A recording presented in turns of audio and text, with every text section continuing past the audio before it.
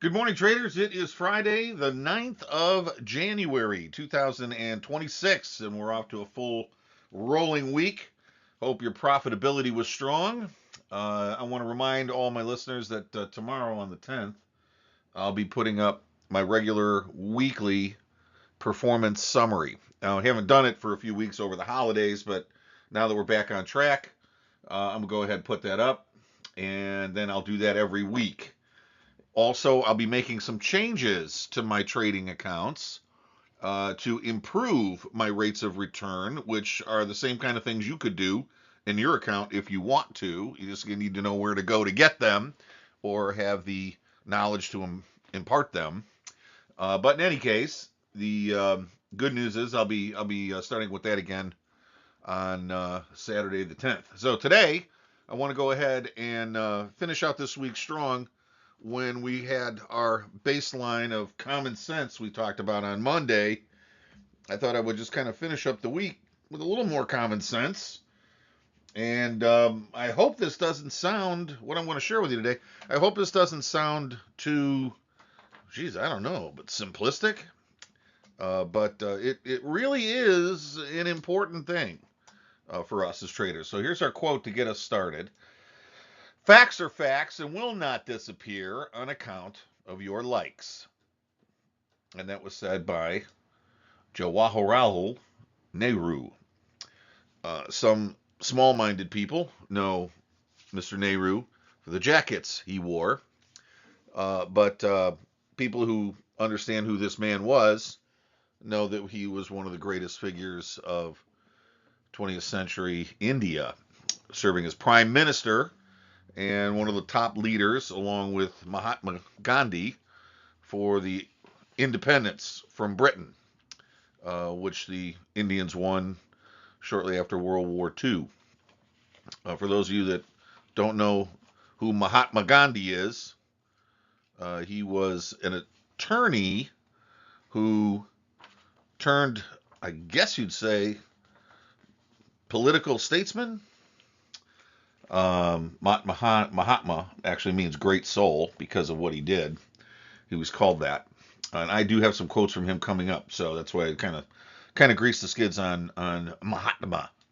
But the reason I like this quote from Nehru um, is because of its simplicity. And we, as traders, have a serious problem. In fact, it is the underlying problem for every other problem. And I don't care what the problem is, or your political point of view, or your spiritual point of view. This is the underlying eternal bedrock problem with everything. People won't accept the facts because they want something else. And what is that something else? It's always a selfish something. This is the underlying cause of every political problem that's ever been in history, right here. Facts are facts. And you don't like those facts, you want to make it different because you know better. Well, that's where it happens. Facts will not disappear on account of your likes. In other words, you can make all of the changes that you want to and do all of these wonderful state of the art applications of all this new and creative whatever it is you get your hands on for any reason. And the bottom line is, if that like is in the way of the facts, you lose. And that's more true in trading than probably anywhere else when you really think about it. And most people don't, which is why they have the results they do. But the facts are the facts. And if you don't like the facts because of your own selfish idiocy, and boy, do I know a few of those people, maybe even you know a few of them, just because they don't like them, they create for themselves the biggest underlying ridiculous adversities, self create. In fact, almost every single problem we as a society cultural project ever have. Most ridiculous things. It's all self-created. All of our problems self-created. If we would just shake hands with the facts, we would be immensely healthy and happy and wise. But we don't do that for an underlying reason. We don't even know what that is in most cases. And some people who know exactly what they're doing know what they're doing is lavishly living in a state of personal ambition and exploitation of everything around them. But it doesn't have to be that way. And in fact, the people who know that and try to make it different usually are on the reserve end of all the fighting. And nowhere is this more true than the markets. And what are the facts about the markets? It really is this simple. And most people just will not. I don't know why they won't. They just don't. It makes no sense to me. But this is the fact. The fact is, you can't make money unless somebody else loses. You want to make money in your account, that can't happen unless somebody else loses theirs. Now you take somebody who was built their entire life around the concept of being fair, and that person is going to have a problem with that emotionally or mentally or somehow. They're going to say that's not fair. And if they want to trade, that's not fair. So they've got to deal with that conflict. It's not fair that someone else has to lose in order for me to win. That's just not fair. And so they might want to change that. Now, this is where you get, people in government, congressmen, senators start proposing these ridiculously stupid laws. Because why? Because they don't like that. Well, that's not fair. Why is the world full of evil people? Because it is. There are people out there have the right to do evil things. Well, that's not fair. So what are we going to do? Well, let's take the guns away from all the law-abiding people who didn't commit a crime today, and we'll be safer because there won't be any guns on the street in order for the bad guys to get and cause crime waves. Oh, has it occurred to you that if nobody can protect themselves and the entire population doesn't have a police officer walking down the street with them every time they leave the house, there's a good chance somebody somewhere is going to be the victim of a crime. And if that person defends themselves, one less bad guy to have to go to jail for the rest of us to feed and house for the next 30 or 40 years. Why is that a problem? Well, that's just not fair. It's not fair. It's not fair that that guy was just, if we would have done a better job hugging and kissing him as a child, he may not have turned to a life of crime. So it's our fault. And so we're going to punish you by taking away your right to protect yourself because it's just not fair that bad guy became a bad guy and has to suffer the way he does. And if you think I'm kidding, I've talked to people that have actually said that and voted for politicians who support the destruction of our ability to protect ourselves. So that's me on the soapbox for the Second Amendment. And if you don't like it, you know what you can do with it. But the fact of the matter is, as traders, you're not going to make a dime unless somebody else loses theirs. Now, some people don't like that. Too bad for them. That's how the markets work. So if you don't adapt to that reality with your trading methodology, you're not going to win.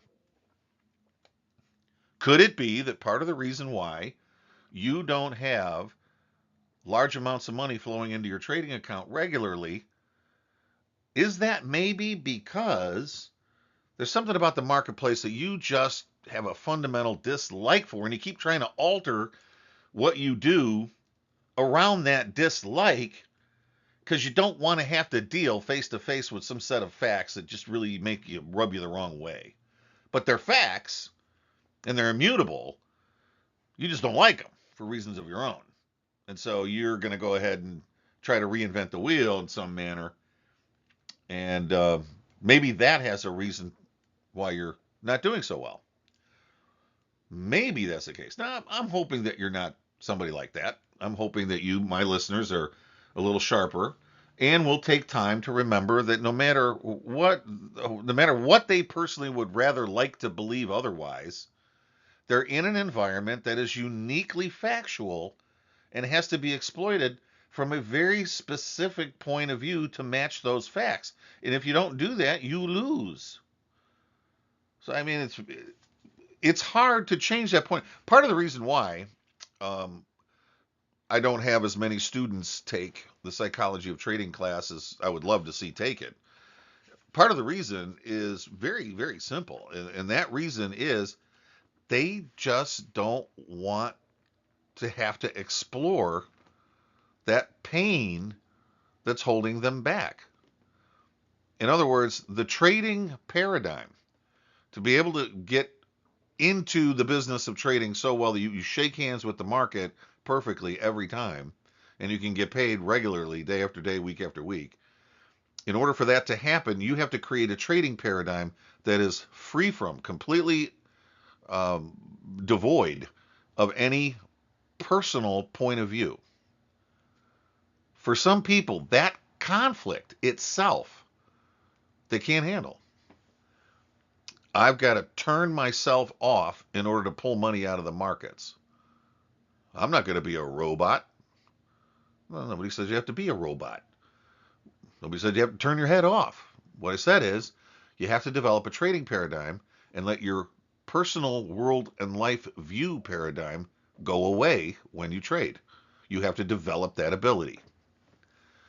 And some people here, I have to be changed. I got to make a change to me. Well, I can't do. Some people, they believe that they and their thoughts are the identical thing.